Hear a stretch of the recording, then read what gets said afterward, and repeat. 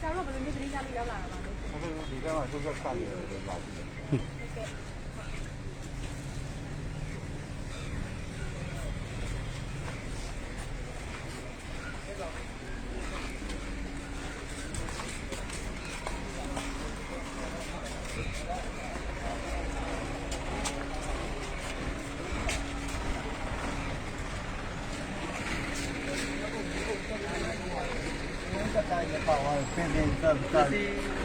ပါပါလေကြီးရတယ်တဲ့လားတကြီးရောကျွန်တော်ရေးကြီးပင်စင်ကပြားရေးကြီးဘသူစီပါသွားတာလဲအဲ့မှာကျွန်တော်လူမုတ်သိနေလူတော့ကြောက်ကြလာတောင်းသွားတယ်ပါကျွန်တော်တို့ကပါကိုတို့ဘယ်ရလာတယ်ကျွန်တော်ပစနောပါပစနောပါကျွန်တော်ကဘယ်သားဟိုကပင်စင်ကပြားလည်းပါပါတယ်ကျွန်တော်ပစနောကနေဒီဝဲကျွန်တော်မှာသနပုံပြလို့ကျွန်တော်တို့ဟိုနေချီးတက်ပြီးတော့ကျွန်တော်တို့လမ်းကြောင်းကျွန်တော်လိုက်တာပါလိုက်တဲ့ဥစ္စာကိုကျွန်တော်အပြန်မှာကျွန်တော်ကောက်တားလိုက်တယ်တားပြီးတော့ဒီဟိုကလေးရပါလာတော့ကျွန်တော်စီကဟိုမှတ်ပုံနေဟိုနေမှတ်ပုံနေ YB ကပ်ပြားတွေကိုတော့ကပြီးတော့ဟိုနေနေရောပင်စင်ကပ်ပြားတွေကိုယူသွားတယ်ဒါတယ်လီဖုန်းလည်းယူသွားတယ်တယ်လီဖုန်းလည်းယူသွားတယ်အဲ့တော့တင်ပြတိုင်းရောက်တော့မှအဲ့ကောင်းဟိုဟာဖြစ်ဆိုဒီရတယ်ဒီတာလာဒီဘက်ကနေထွက်သွားတဲ့ခါဟိုဘက်ကထွက်သွားပြီဟမ်ထွက်သွားတာဒီကောင်ကနေပဲထွက်ဟမ်ဒီကောင်ကနေဟိုဘက်ကိုထွက်သွားအဲ့ဒါဒီစီးကဟိုဘက်ထွက်ဒီကဟိုဘက်ထွက်တယ်ဒီဘက်ရှားရဲရောဒီကဒီဘက်ဒီလာပြန်ကိုလာမမထွက်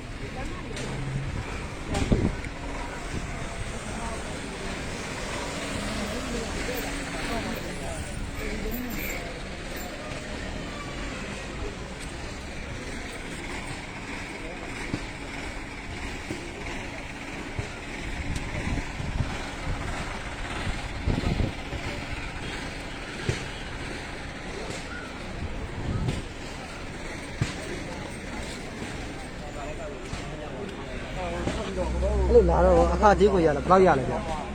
အဲ့တော့ကျွန်တော်တို့သိကြမသိဘူးညီတို့ကျွန်တော်တို့ကပဲကြည့်ရတယ်ကျွန်တော်ကောင်းတာလည်းပါတယ်တော့ကျွန်တော်ကောင်းတာအဲ့ခါချင်းကကျွန်တော်တို့ကဘာမှမသိဘူးတောင်းတာဘယ်ရက်ခွက်စနေကြ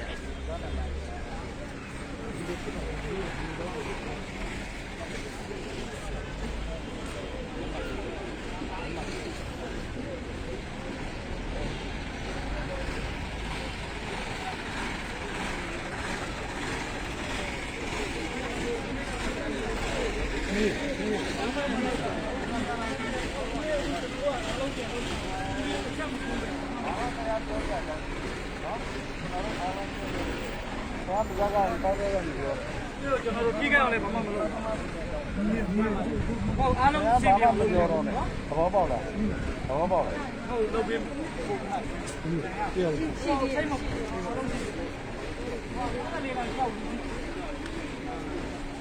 我如果要演个聊我们的，咱们我嘛看他的。အဲ့လိုပြောတာဗျာဟိုပြောလိုက်တဲ့အထဲမှာအဲ့လိုကြားတယ်ဟုတ်ကဲ့ဟုတ်ကဲ့ကျွန်တော်အကုန်စုံစမ်းပြီးလုပ်တယ်ဟုတ်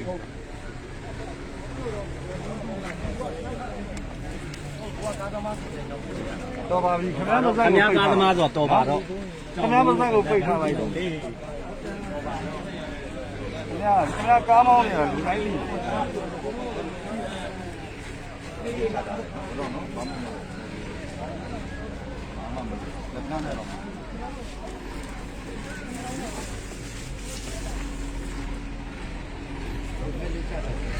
ဆော့ဆော့လေး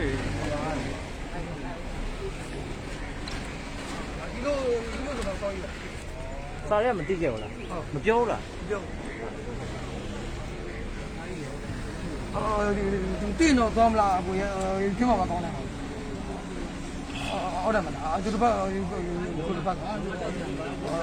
ဒီမှာတင်နိုင်အခုညီတို့အဲ့တက်ထောက်ခံပွဲမှာတောက်လျှောက်အဲ့ညီတို့အကလိုက်ကပေးရတာပေါ့ဟုတ်ကဲ့ဘယ်ကနေစကလဲဘယ်စကလဲဒီအောက်ဆောင်က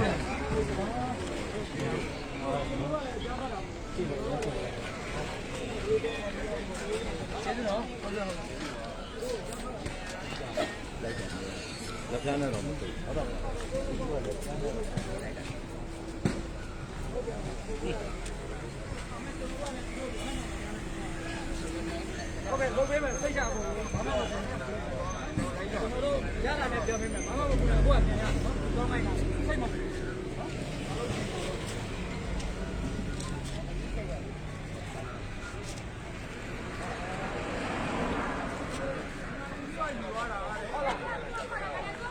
ပြောပြီးခဏလေးနော်ကျွန်တော်ဘင်္ဂလီသူလိုက်ပါပေးမယ်အခုဒီမှာခဏဆောင်းနေပါနော်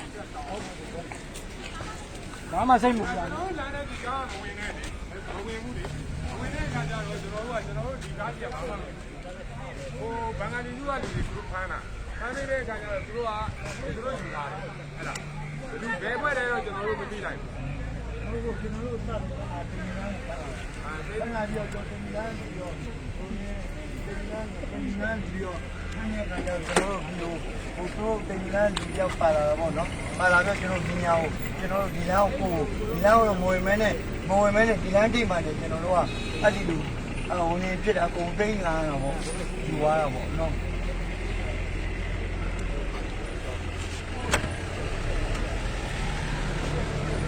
ဒီတော့တောင်းလာခဲ့တာကျွန်တော်မှာကိုကြီးကျွန်တော်မှာဒီကကြန့်ခိုင်ရလို့ပြောတယ်ဟုတ်လားဟုတ်ပါတယ်ကျွန်တော်ကြန့်ခိုင်ရပါကျွန်တော်တွင်းမှုတယောက်ပါဟုတ်အဲ့ကျွန်တော်ဒီနေ့တက်ထောက်ခံပွဲမှာပါဝင်တာဘယ်လိုပုံစံမျိုးပါဝင်လဲအဲ့ဒါလေးဘယ်လိုပုံစံမျိုးလဲဆိုကျွန်တော်တက်မတော်ကပွဲမှာမတ်စတာဟို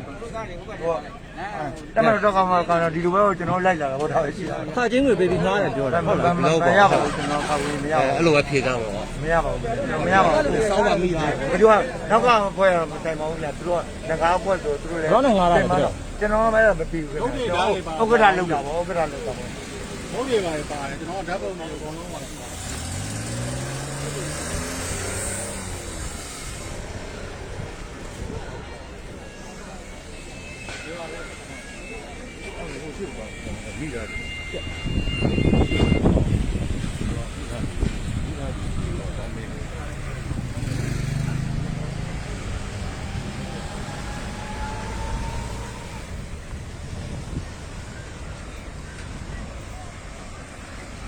ဒါတော့တက်ထောက်ခံပွဲကိုလာပြီးတော့ပြန်လာခဲ့တဲ့အသူတွေပါပြန်လာခဲ့တဲ့သူကိုဒီရက်ကွက်နေပြည်သူတချို့နဲ့ဖြစ်ပြနေတဲ့ပြဿနာတချို့ပါကျွန်တော်လည်းအခုမှရောက်တာဆိုတော့တိတ်မသိသေးဘူးလိုက်စုံနှံကြည့်ပေးပါမယ်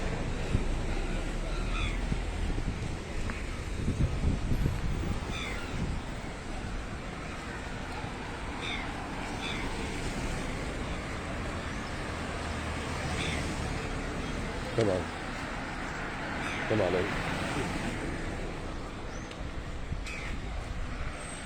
密他完了。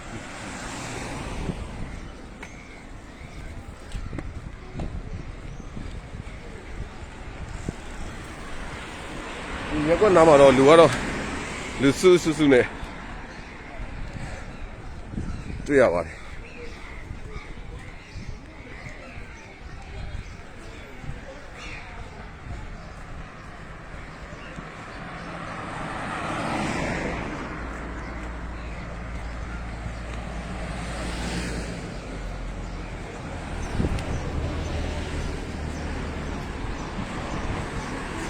ဒီမှာတယောက်ဒီမှာလည်းတက်ထောက်ခံပွဲကပြန်တဲ့သူတွေကိုဒီထက်မှရှိတယ်လို့ပြောတယ်ကြာဟိုရဲတွေပါခေါ်ပေါ်သွားတယ်ကိုဒီကောင်းတာရှိတယ်ဟိုကမှကြည့်လိုက်ပါဒီလူကြီးကဟိုမှာဆက်တော့ကောင်းတယ်ဒီက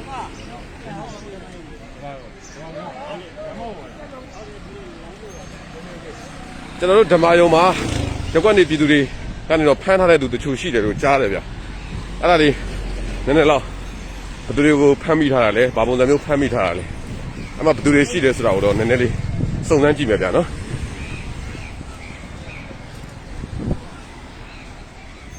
ဒါကတော့တင်ဖြူဈေးပါဒါမင်္ဂလာတောင်ညွန့်မြို့နယ်ထဲမှာပါအရှိတဲ့ရဲကားတွေအများကြီးရှိတယ်ရဲကားတွေလုံခြုံရေးယူထားတာတွေကိုအများကြီးတွေ့တယ်ဗျမနေ့ကတော့တက်ထောက်ခံပွဲကနေပြီးတော့ပြန်လာတဲ့သူတွေနဲ့ဒီဖောက်ဆပလာထိတ်မှာပေါ့နော်ဒီရုံးဆန်ကဖြစ်သွားတဲ့ကိစ္စတွေရှိခဲ့တယ်ဒီတက်ထောက်ခံပွဲကသူတွေကနေပြီးတော့ကားပေါ်ကနေတော့ဆင်းလာပြီးတော့ဆက်အနာရှင်ကိုစန့်ကျင်နေတဲ့ပြည်သူတွေကိုလေးခွန်းနဲ့ပြစ်တယ်အဲ့ဒီကနေတော့စပြီးတော့လူတွေရုံးဆန်ကဖြစ်သွားတယ်အဲ့ဒီတက်ထောက်ခံတဲ့သူတွေကင်လာတဲ့ဓာတ်တွေလည်းကျွန်တော်တို့မြင်ခဲ့ရတာရှိတယ်အဲ့ဒီအချိန်မှာလေးခွန်းနဲ့ပြစ်တဲ့အတွက်ကြောင့်အပြန်အလှန်ပြစ်ကြခတ်ကြတဲ့ရုံးဆန်ခဲ့မှုဖြစ်တယ်အဲ့ဒီမျိုးဖြစ်နေတဲ့အချိန်မှာအဲ့ဒီဝင်းကျင်မှာရဲလုံခြုံရေးတယောက်မှမရှိပါဘူးပြီးတော့အနီးနားမှာရှိနေတဲ့ကားတွေကိုလည်းအဲ့တက်ထောက်ခံပွဲ ကိုလာတဲ့သူချို့ကနေပြီးတော့ရိုက်ခွဲသွားတယ်အခုဒီမှာကျွန်တော်တို့ဥဖိုးကြားလမ်းတောက်ပေါ့နော်ဥဖိုးကြားလမ်းတောက်မှာဥဖိုးကြားလမ်းတောက်မှာဖြစ်နေတဲ့ကိစ္စတွေပါဒီကိစ္စဘာတွေဖြစ်နေလဲဆိုတာတော့နည်းနည်းကျွန်တော်စုံစမ်းပေးပါမယ်ဒါဘုံမင်းရောက်လမ်းနဲ့ဥဖိုးကြားလမ်းတောက်ပါဘုံမင်းရောက်လမ်းနဲ့ဥဖိုးကြားလမ်းတောက်ပါ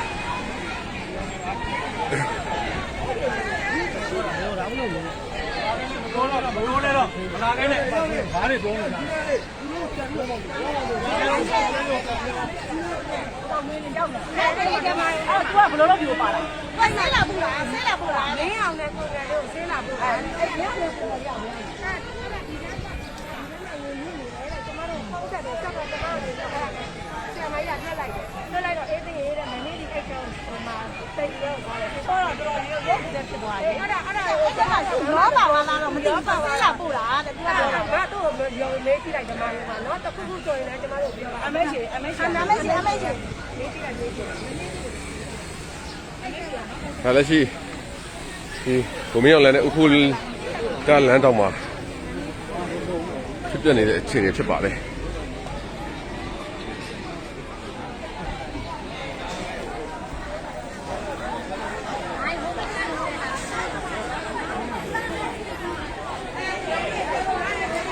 ကိုကြီးကိုမလားကိုကြီးလေ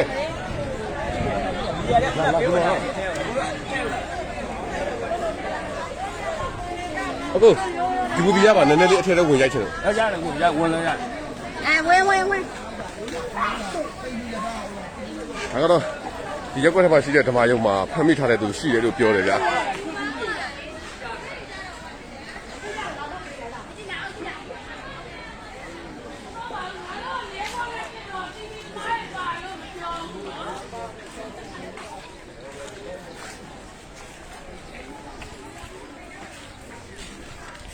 ဒါလာရိုးနေတယ်မလို့လောက်နေတယ်ဟောပါတောက်ဖို့ပါတော့လောက်နေရောမလေးခင်ဗျာ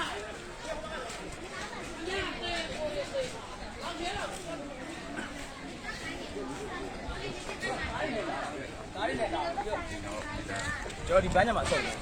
တို့ဘန်းညမှာဆူရတို့ဘက်ဆိုဆန္ဒပြရတယ်လေဆင်းရဲဟုတ်တယ်ကျွန်တော်ကဒီလူတွေကကျွန်တော်မြေးတာဝန်ထမ်းကြီးရထွက်တဲ့လူတွေကချမ်းနေတာအဲ့ဒါကိုတယောက်ကပြီးလို့ဆိုတို့ဝိုင်းရိုက်တော့ဘယ်လိုဆဲနေတို့ကဒီဝိုင်းနေအဲ့ဒါမှဒီလိုမျိုးပြီးသွားတယ်ပြီးသွားတာဒီပါလားအောက်လုံးတွေကတို့ကတန်လုံးနေတယ်တော်တော်လေးနဲ့ဖြစ်တယ်အဲ့လူတွေကသူကဒီမှာရောက်တော့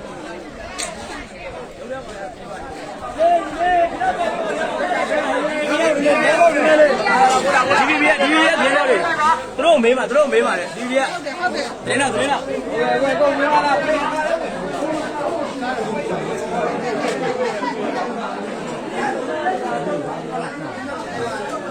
မေးလိုက်တယ်ဘုရားမေးတော့ရအောင်မယ်ဒီလိုရအောင်ခဏလေးဒီဘောလေးလေးမောတို့လက်ပွင့်နေကြအောင်ရိုက်တာသူကဘယ်ဘာတူလေးဒါ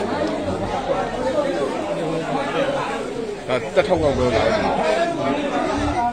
ပြီးဟိုကတော့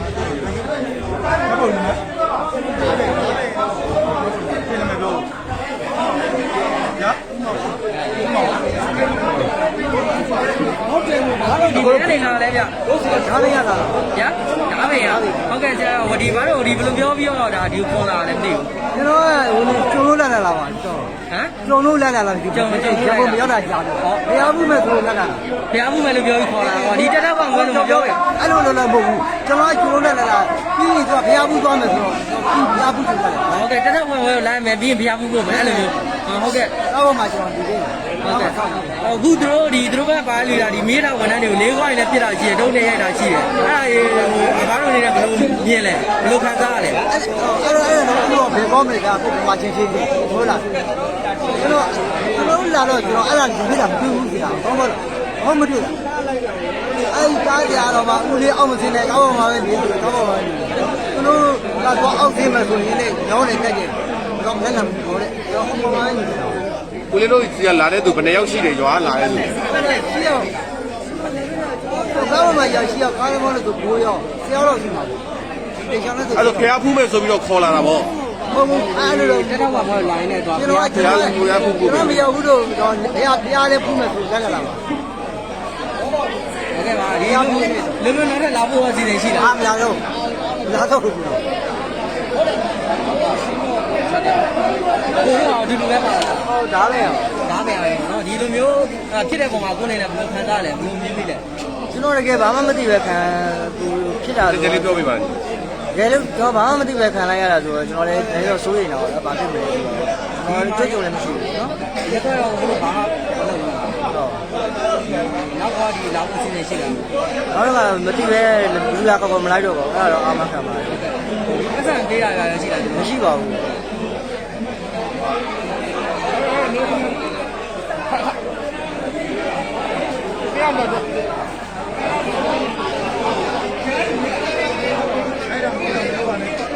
他效率是不一样的。这刚刚我洗的，好的。你两过来我们知道的。你那记他干嘛？那个等一下了吧？就咱们这哪里都会东西啊？没过年，没过年。我当个那叫来来来。先来。ဘယ်ရလာတယ်လို့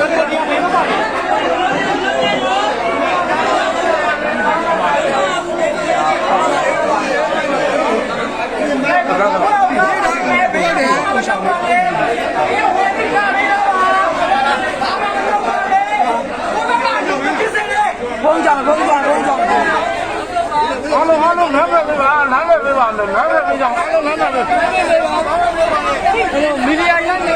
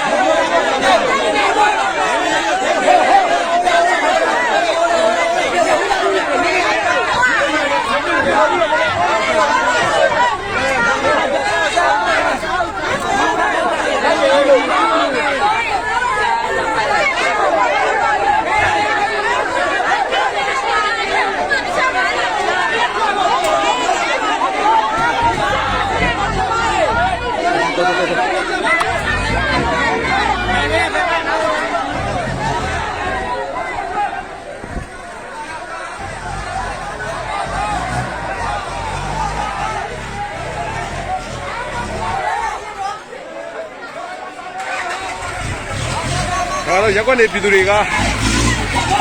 တစ်ခုခုဖြစ်မှသိလို့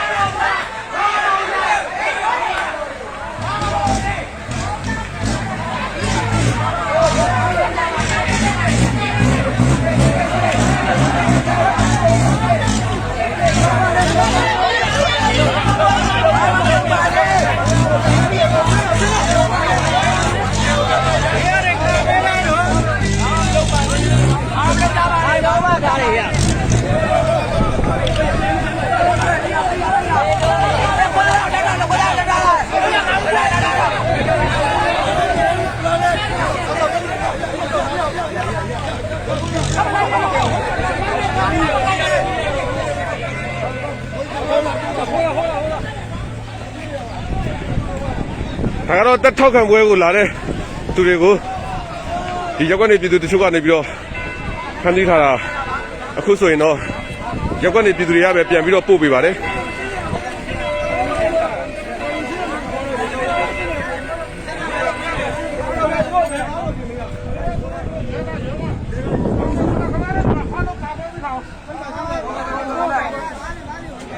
မျိုးကလင်းမလေးတွေပါတယ်နော်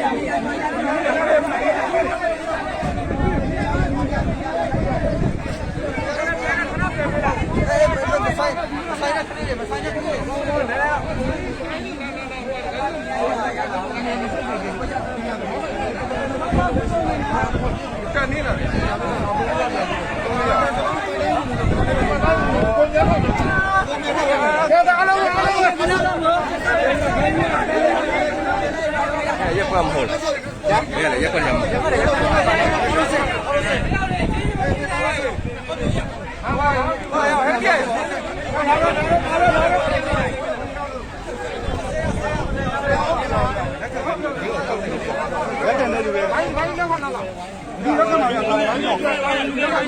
တပည့်လက်ခံလိုက်ရတာပါမ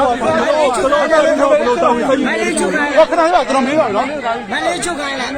မစတဲ့ချုပ်လို့တာမလေးချုပ်ရေးပြီးတော့တိုင်နော်ဟုတ်ပါဆရာရေးပြီးခဏတော့မလေးချုပ်ပေးတာပါရပါပဲလက်ခံမယ်ဆိုရဲမှာဟုတ်ဆရာဟုတ်ပါဆရာဟုတ်မင်းမရလားဟာနာလားအဲ့လိုမရဘူးခရရဲနော်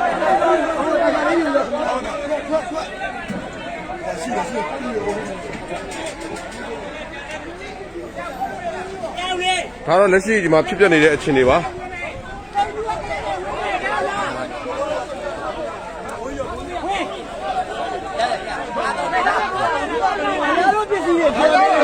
စီပြန်နေတယ်ဘာလို့ရင်းပြီးလာလဲဟာငါလုံးလို့လာဟိုကားပြောင်းလို့ဒီကားပဲနောက်ဆက်ဝင်လိုက်ချက်သွင်းလိုက်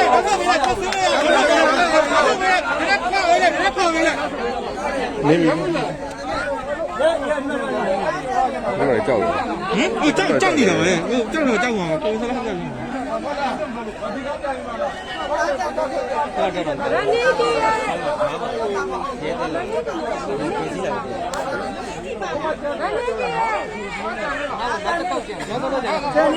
နောက်မှကြံသေးတယ်နော်အပြားနဲ့လည်းမတူပါတကုန်းတောင်ကအားလုံးပေါင်း9ယောက်ကြာပါသေးတယ်ဗျတောင်းကလာ10ယောက်ကြာပါသေးတယ်ဗျကျွန်တော်တို့အခုပဲတိုင်းကနေလမ်းနေတာပါကျန်တဲ့လူကိုကျန်တဲ့ချက်လို့ကျွန်တော်လာပေးပါရှိကျွန်တော်ရှာပေးမယ်နေရာပြောင်းမယ်တောင်းကလာဘွဲက10ယောက်ကြာတယ်ငမင်းနဲ့ချက်လိုက်ပေးပါကျွန်တော်ဘယ်လိုလုပ်နိုင်မှာလဲအဲ့ဒါဘယ်လိုလဲကျွန်တော်ရှာပေးရမယ်ဖွဲ့ပြီးလဲမေးလိုက်လေအခုစမ်းဖတ်လုံသွားတာကိုသူတို့တောင်းဝင်ခဏလေးဘုံပြောတယ်ခဏတော့နေဟောဒီကရှောင်းပါဗျာဒီတော့လောက်မယ်ဒါတော့အေးချမ်းချမ်းမဖြစ်စေချင်တယ်ဘယ်တော့အားလုံးပြည်သူတွေတော့ဒီလိုပဲနေတယ်ဘေးကနေဖြစ်တယ်ကျုပ်တို့ခေါ်ထားတဲ့လူအကုန်လုံးကျုံညမ်းလေးမှာအန်ရဖြစ်မလို့ကျုပ်တို့လိုက်ကောက်ခွဲပြီးဟုတ်ပါဗျာနော်အဲ့တော့ဒကာကြီးတို့ဘာမှမပူနဲ့ရှိတယ်ကျုပ်တို့ရောက်တော့မှရှိတယ်ကျုပ်တို့တွေ့ထားတဲ့လူကအကုန်လုံးပြန်ပေးပါတပည့်တော်ရှောက်ပါမယ်ဗျာတပည့်တော် AC 2ယောက်ရှိပါတယ်ဒေါ်အေးမီရဲ့ကိုတူရတို့မန်းနယ်ရဲ့3ယောက်ရှိပါသေးတယ်ဗျာပြီးသွားတဲ့အခါကျတောင်းနိုင်ရဗျာတပည့်တော်ဒီမျိုးနဲ့ပြည်တိုင်းမျိုးပါလိအော်ထားပါဗျာဟုတ်ပြီကျုပ်တို့တွေ့ထားတဲ့ဟာကိုတော့ဟုတ်တယ်နောက်ပြီးတော့တပည့်တော်ရှောက်ပါမယ်ဗျာအခုပဲဒုံကြောင်းလမ်းဆက်ပါလေဗျာပတ်ဆက်ပေးပြီးငါတခါတော့ပြောပါတယ်အဲ့ဒါဟုတ်ဘာမှမဟုတ်ဘူးဘာမှမဟုတ်ဘူးအဲ့ဒါဖတ်ပါတယ်ခိုင်းလာတာပေါ့မဟုတ်ပါနဲ့ခိုင်းလာတယ်ကျွန်တော်သိချင်တာလည်းပြောစကားပြောနေတဲ့ရှင်မရှိဘူးခိုင်းတော့ပါတယ်လေစကားပြောနေတဲ့ကျွန်တော်တို့လူတွေအကြောင်းမဖတ်ပါဘူးတို့ခိုင်းတာဦးလေးတို့ခိုင်းတာအကျန်းဖတ်တော့ကိုဒီခိုင်မျိုးပါတီကခိုင်းထားတာပါသလားဒီခို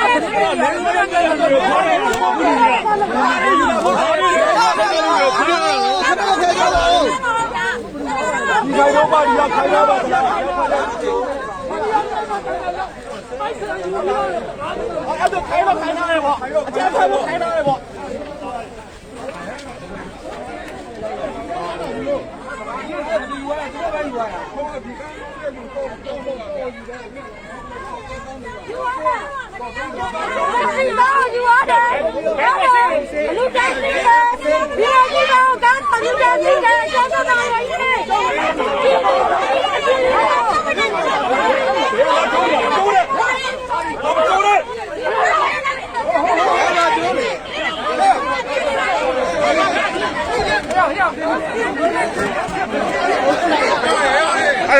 အဲ့လိုမလုပ်နဲ့ဟဲ့လို့အဲ့လိုမလုပ်နဲ့နော်အဲ့လိုလုံးလုံးမရဘူးလေခဏတော့အဲ့လိုမလုပ်နဲ့လေဖဖေးရဆရာခဏတော့လုံချုံရေးနဲ့ရှိတယ်ခဏတော့အဲ့လိုမလုပ်နဲ့လေရတော့ဆဲတော့လူပဲဖြစ်ကုန်လုံချုံရေးနဲ့ရှိတယ်လေခဏတော့အဲ့လိုမဆဲနဲ့အားလုံးကငိမ့်ညောင်းလှုပ်ပေးနေတာမြောင်းရှဲတော့လက်ပါရော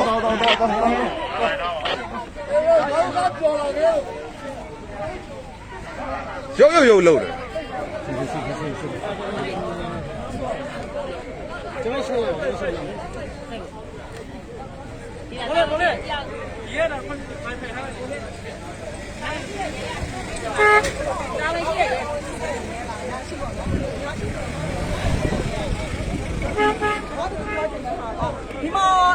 နေတဲ့ပြည်သူတွေကိုတောက်ပဲပေးပါဒီလိုမျိုးစုမှုဝင်လာပြီးတော့အကြမ်းဖက်တဲ့လူတွေကိုမောင်လေးတို့ဘလို့ရေးကြီးပါလဲမသိဘူးဟောနာမည်မလို့ခေါ်လဲမသိဘူးဒီကရဲကနေဆက်ပြီးတော့အလုံးလုံးကောင်းတယ်ဟုတ်လားနာမည်မလို့ခေါ်လဲမသိဘူးပြည်သူတွေကိုအရှင်ခိုင်းကိုပြရတယ်လားဒီလိုဆက်ပြီးဟုတ်တယ်ဒါမဲ့အခုအမမြင်တဲ့တချို့မြင်တဲ့ဟာတွေကလေရဲကားနဲ့ဖမ်းသွားပြီးတော့ပြီးပြန်လုပ်ပေးလိုက်တယ်အဲ့လိုတော့မလုပ်ပေးပါနဲ့တော့အမဒါဟောတာရေးချေပြည်သူလူထုပါပြည်သူလူထုအားလုံးဆန္ဒမှာလည်းရှိတယ်အေးချမ်းပါလို့လားအေးချမ်းအောင်လုပ်ပေးပါနော်အဲ့လိုမျိုးပြန်လုပ်ပေးတာမလို့ဘူးလို့နေပါရဲဟာဒီလိုမျိုးကြားတဲ့လူတွေကိုဖမ်းပေးတယ်ဆိုလို့ရှိရင်အမတွေဝမ်းသာတယ်ဒါပေမဲ့ရေးပါမယ်ဖမ်းပေးပြီးတစ်ဖက်ကပြန်လွတ်တာတော့အမတို့လက်မခံဘူးဆိုတာအမပြောလက်မလို့ခေါ်လဲမသိဘူးဆုံးဆုံးအောင်ပါအပေါ်ဆုံးဆုံးအောင်ဟုတ်ကဲ့အဲ့ဒါဆိုလို့ရှိရင်ကျမတို့ရဲ့ပြည်သူတွေငြိမ်းချမ်းတော်နေတဲ့ပြည်သူတွေကာကွယ်ပေးပါနော်အဲ့ဒီတော့အမလည်းအမလည်းပြောတယ်ဒီမှာအေးချမ်းတော်နေတဲ့လူတွေအားလုံးကိုပြောတယ်ဟုတ်ကဲ့မနီလာနောက်မနီလာနောက်လဲဆုပ်လဲဟုတ်ကဲ့ရေဘာလို့ဘူးလို့ဘာလို့လဲပြောတယ်အဲ့ဒီဖမ်းရဆိုလို့ရှိရင်ဒီမှာဟိုတော့ကလူနေနေနောက်တော့လုံးရပါမှာတယောက်စာရေးကြီးဂျုံဒီတော့အလိုက်မယ်ဆိုလို့ရှိရင်အဲ့ဒါဟာတယောက်စာငါတို့သတင်းမင်းနေတာအဲ့မှာဝင်ထိုးတယ်အဲ့ဒီတက်ခိုင်ဘက်ကတော့အေးစင်းတော့ဝင်ထိုးတယ်ဝင်ထိုးပြီးတော့ဆဲတယ်ကွာမိုင်းတို့ဆဲတော့ငါတို့ကလုံုံရေးရှင်းနေတဲ့သူတွေလုံုံရေးနဲ့အတူဒီမှာငါတို့ဒီမှာသတင်းယူနေတာငါတို့မီဒီယာသမားတို့ကိုထိုးတာရေးယူပေးကိုပြောနေပြီမိုင်းတို့ရေးယူပေးကိုတီးကြအဲ့တက်ခိုင်ရဒီမျိုးနဲ့ရပါတီဥက္ကဋ္ဌတို့ပြောတယ်အဲ့ဒီထူနေသူကကိုဝင်ထိုးရတာအစိမ်းတော့ဝင်ထိုးရတာဒီမှာမီဒီယာသမားတို့ထိတော့မထီဘူးဒီဘက်ကပြောပြတဲ့ခါလေးလေအဲ့ဒါရေးယူပေးကိုပြောနေတာပြန်လို့ပေးလို့မရဘူးလို့အဲ့လိုပြီးတော့နောက်ပြီးတော့ရေးဆောင်ရမျိုးပြောပါရမ်းပေါ်နေတယ်ရမ်းပေါ်နေတယ်ဘာလို့ခဲရရင်မောင်လေးစကားပြောနေတယ်စကားပြောနေတယ်စကားပြောနေဒီမှာစကားပြောနေလေစကားပြောနေအမကဘာလဲတော့စကားပြောနေနော်မင်းကဘာလဲလူကြီးကတော့စကားပြောနေနော်ငါတို့ကာကွယ်ရမှာနော်သိလားမင်းတို့လက်ပြားနဲ့တော့မတူဘူးငါတို့ကအဲ့လိုရှင်းတော့မတော်ဘူးတို့လုံးဝမလုပ်ဘူးဒါတွေငါတို့အကျန်းဖက်လုံးဝမလုပ်ဘူး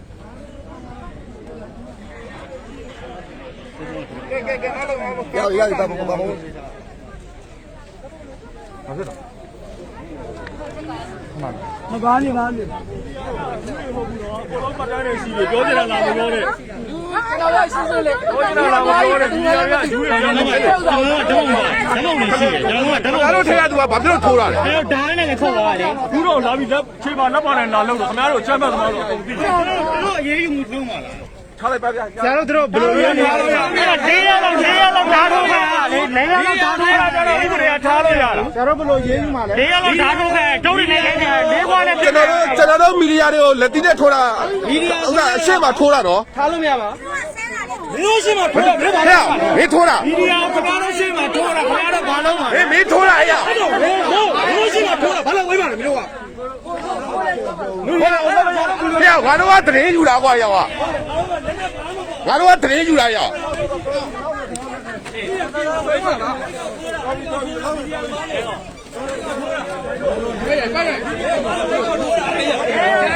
မေးဘောက်ထိုးတာလေရောရှိနေတယ်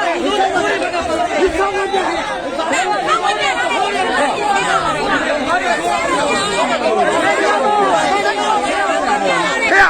ဟဲ့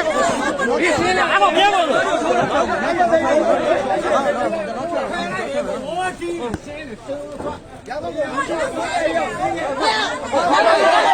ခဏအဲ့ဒါမပြောနဲ့ခဏအဲ့ဒါမပြောနဲ့ရဲရတခိုးတွေကာကနေပါလေခင်ဗျာဆဲပါလေတောင်းပါတယ်ပြောနေရဲတွေရတယ်နော်ဒီလူကိုစောက်ချပါဒီကောင်တွေကိုစောက်ချမှာမဟုတ်ဘူးနော်ရဲတွေအဲ့တော့ကြည့်တာလေးခွာနဲ့ပြင်သွားတာအဲ့ကောင်လေးပြင်သွားတာညမင်းမချလိုက်ရအေးရောက်ပြီးမင်းခိုင်းရမယ်စိတ်နဲ့ကောင်အဲ့လိုရှိတယ်စိတ်နဲ့တရားစိတ်နဲ့တရားစိတ်နဲ့တရားနော်တွဲရှိလို့ကြည့်တာရမင်းတို့ရဲတဲ့တုတ်တယ်ကောင်းမှဆွဲနေတာရညမင်းတို့ကတော့ကာကွယ်ရပါလားရဲတွေရောကာကွယ်ပေးနေရတာရဲတွေကတရားခံကာကွယ်ပေးနေရလားရဲတွေတရားခံကာကွယ်ပေးနေလို့ဖြစ်နေနော်ရဲတွေကတရားခံကာကွယ်ပေးနေရရဲတွေကတရားခံကာကွယ်ပေးနေရပြီလာလာဟေးငါလည်းပါပြီတော့မယ်မီဒီယာလေးတော့မယ်လက်ထိတ်ခတ်ထားလားသူလက်ထိတ်ခတ်ထားလို့လက်ထိတ်လည်းမကဘူးလူတွေပြန်လွတ်ပေးလိုက်တယ်လွတ်ပေးလိုက်တဲ့လူဘယ်လိုလုပ်လဲခက်ခါပါခလား ဒီတိုင်းနဲ့ပုံမှန်နဲ့ပြန်လို့ပေးလိုက်ပါ ဘယ်လဲမခါတော့ဘူး မီဒီယာတွေကိုလည်းရိုက်နေပါဟုတ်ပါ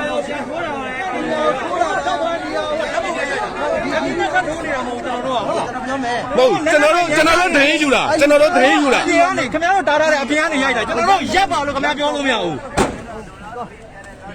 လက်ရှိဒီလူတွေကဖမ်းသွားတာလားဘာလုပ်တာလဲခင်ဗျာ မဟုတ်ဘူးကဲဒီမင်းတို့မဟုတ်ဘူးဟိုတဲ့အကားကတော့ဖမ်းသွားလို့ လုံခြုံရေးယူထားတဲ့သူတွေရှေ့မှာမီဒီယာကိုထိုးတာလေ လောက်တာလေဖမ်းသွားတော့ရဲပဲသူဖမ်းသွားလို့ကားခွဲရတာဘာလို့လဲ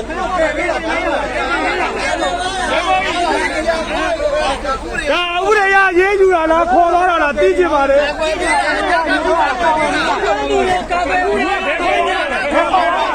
ခေါ်သွားမှာကားခွဲပြီးတာဘယ်ခေါ်သွားမှာဘယ်ခေါ်သွားမှာကျင်ကျင်ဝင်တယ်ခေါ်ရကားခွဲတာဘယ်ခေါ်သွားဘယ်ခေါ်သွား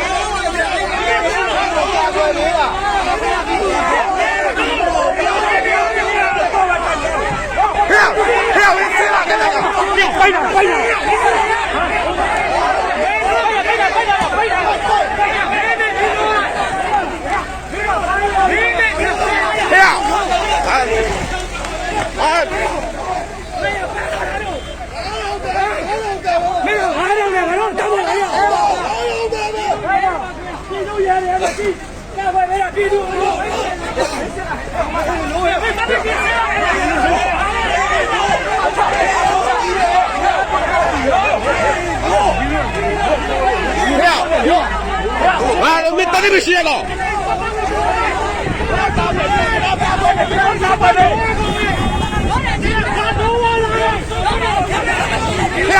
哎，老板那边真是啥个呀？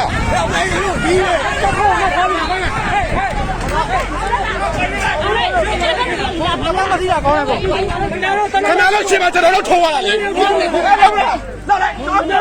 看哪了，老早也有他的什么，这都拖完了嘞。打了吧？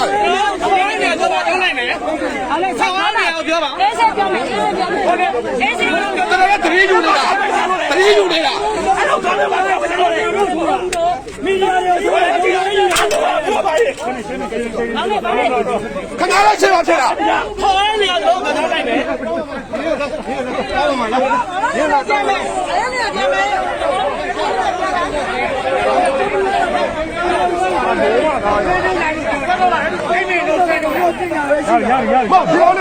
要你去吧，出来了。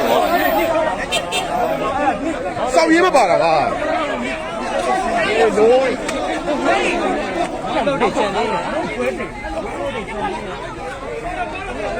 少爷们罢了。မောင်းလို့တွေကျန်သေးတယ်မောင်းလို့တွေအများကြီးကျန်သေးတယ်မောင်းလို့တွေအများကြီးတော့